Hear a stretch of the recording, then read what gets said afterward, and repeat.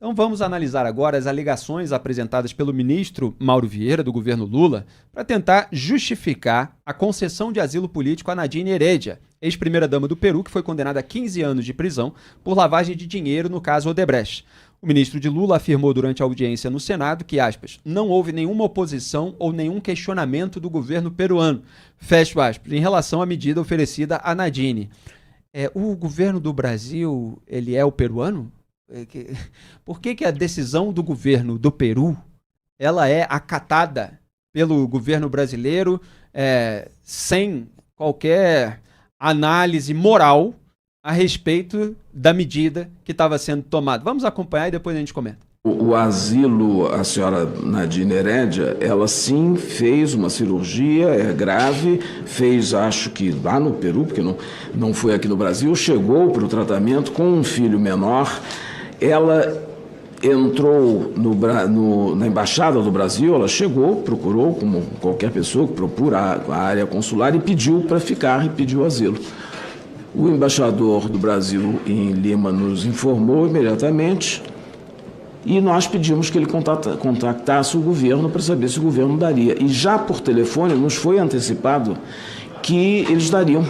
Se demorou 2 horas e pouco a partir do momento em que foi pedido, foi única e exclusivamente para preparar os documentos. Não houve nenhuma oposição ou nenhum questionamento do governo peruano. Portanto, essa foi a questão e eu autorizei na mesma hora, falei assim, não, então peça formalmente e comuniquei ao presidente. Eu falei com o presidente Lula, que concordou comigo, porque pela convenção que curiosamente se chama Convenção de Caracas sobre asilo diplomático, o país asilante que dá o asilo diplomático não precisa discutir, é só receber, a pessoa diz que precisa, que está sob ameaça, está sob qualquer circunstância que precisa do asilo e se dá. Se dá o asilo quando a contraparte do governo permitir a saída, o que não houve, volto a repetir, no caso da Venezuela. Ela partiu para o Brasil, está em São Paulo, e eu acho que isso evitou, sobretudo, uma permanência, poderia ter ficado 1 ano e tanto, ou mais até, se não tivesse havido isso. E eu acho que o mais importante também é o fato do governo peruano não ter interposto nenhuma dúvida, nenhum problema, imediatamente ter permitido. E sei que ela veio com um filho menor de 13 ou 14 anos e não tem, pelo que eu também fui informado, não tem outros parentes no Peru nesse momento. É só enrolação do começo ao fim. A gente tem a sensação de estar vendo o ministro das Relações Exteriores do governo do Peru. Só que ele é o ministro das Relações Exteriores do governo do Brasil. Então, o que o governo do Peru quer, o que o governo decide, o que o governo faz a respeito da sua ex-primeira-dama, se tem uma presidente que é aliada dela, etc., é problema do Peru. Então, a gente está analisando o que é problema do Brasil. E ele faz parecer que era obrigatório para o governo Lula fornecer asilo a uma condenada por lavagem de dinheiro, que não é, obviamente. O governo Lula poderia negar esse asilo. E ele fala, falei com o presidente Lula que concordou comigo. Isso é para enganar trouxa. Nós falamos aqui desde o começo que o Lula tem vontade de fornecer o asilo a Nadine Heredia. Porque o Lula e o Humala, o Ollanta Humala, que era o presidente do Peru, marido da Nadine, eles compartilharam marqueteiros e empreiteiros, assim como o Lula fez com Hugo Chávez e com Nicolás Maduro na Venezuela. Então a gente está falando de uma condenação que veio no caso da Odebrecht. Eu resgatei, e Jair Bolsonaro compartilhou a minha matéria com o print com meu nome borrado, né? Já vou falar disso. Eu resgatei o depoimento do Marcelo Odebrecht, em que ele fala que o acerto para a campanha do Humala foi com o Palocci e com o Lula.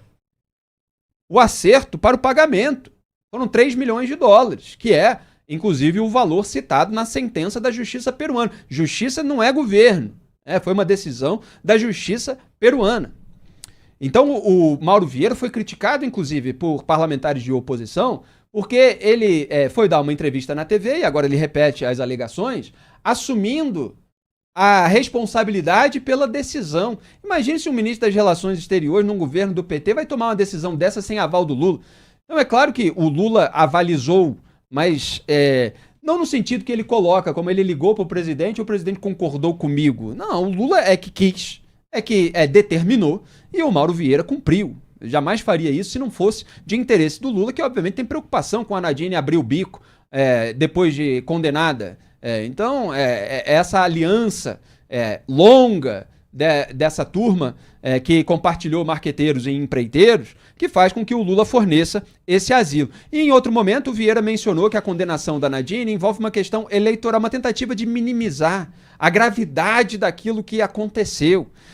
Vamos soltar, isso veio no confronto com o senador Sérgio Moro também. Vossa Excelência não vê como problemático a concessão de um asilo a alguém que foi condenado por corrupção em outro país? Porque sim, existe a convenção, outro país concordou, mas o Brasil não é obrigado a abrigar pessoas condenadas por corrupção em outro país. Até porque não existe nenhuma discussão, ao que me consta, que aquelas condenações, de alguma maneira, seriam motivadas politicamente.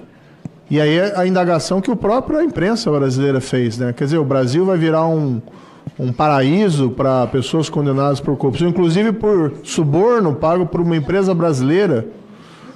Então essa é uma questão que eu indaguei a Vossa Excelência e gostaria de ouvir um esclarecimento sobre isso, se Vossa Excelência não vê nada disso como problemático. Com relação ao asilo diplomático, eu acho que o fato determinante foi a instantânea concordância do governo peruano. E, inclusive, depois pela imprensa, não foi levantado esse tema, mas pela imprensa peruana eu vi que a sentença que condenou a senhora Nadine Heredia não tinha sido dada ainda naquele momento. E outra coisa, ela está sendo, a acusação, no caso dela, é de atuação partidária. Ela era presidente do partido fundado pelo marido e era uma questão eleitoral, de crime eleitoral durante a eleição.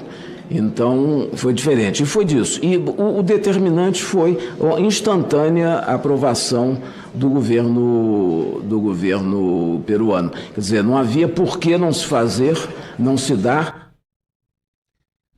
Olha, a tentativa de minimizar é porque lá no Peru, o uso de dinheiro num caixa paralelo de campanha, de uma maneira suja, de uma maneira ilegal, ele é considerado lavagem de dinheiro.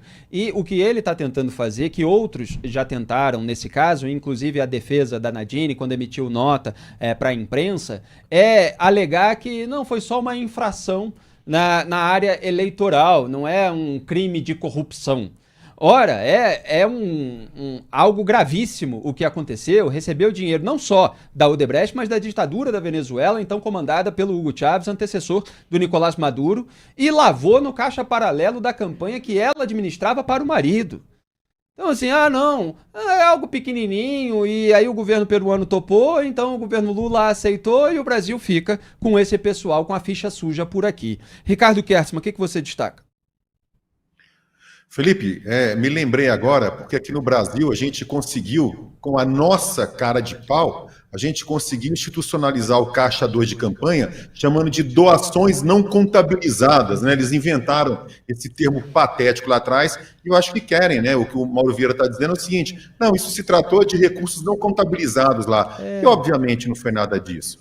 Olha, Felipe, se na explicação dele anterior, no desmentido dele, querendo desmentir a fala do Lula anteriormente, se aquilo a gente ainda podia aceitar, porque ele ainda tinha algum argumento ali, mesmo que sem nenhuma lógica, nem sem uma coerência. Nesse caso aqui, isso se trata de uma tremenda afronta à mais mediana inteligência de qualquer pessoa que tenha escutado. Porque ele está querendo dizer mais ou menos o seguinte, olha, um belo dia, a dona Nadine Heredia acordou, juntou as trouxas, não tinha nada melhor para fazer, pegou o filho, bateu a campainha da Embaixada Brasileira e falou assim, olha, eu estou sendo perseguida, eu fui condenada à prisão, meu marido já está preso, além dele tem mais 2 ou 3 ex-presidentes presos pelo mesmo motivo, corrupção e lavagem de dinheiro. Então, sabe, mas eu resolvi que eu vou me mudar para o Brasil, abre as portas que eu quero entrar. Como se, de fato, não tivesse tido tratativas anteriores para que isso pudesse acontecer. É desconfiar demais, Felipe, da nossa capacidade de análise.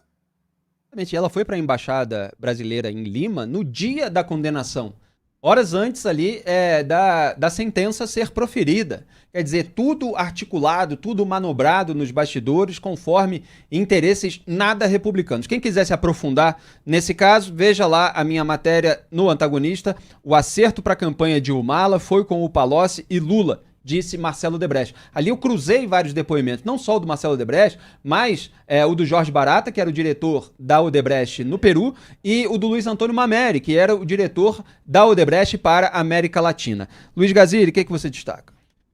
Tem um viés que os cientistas nomeiam como viés do meu lado, onde a gente sempre acredita que o nosso lado é o lado do bem e o outro lado é o do mal. Então, quando acontece alguma coisa complicada, mas é do meu lado, a gente vai inventar uma justificativa, a gente vai aceitar facilmente, enquanto o outro lado está lá.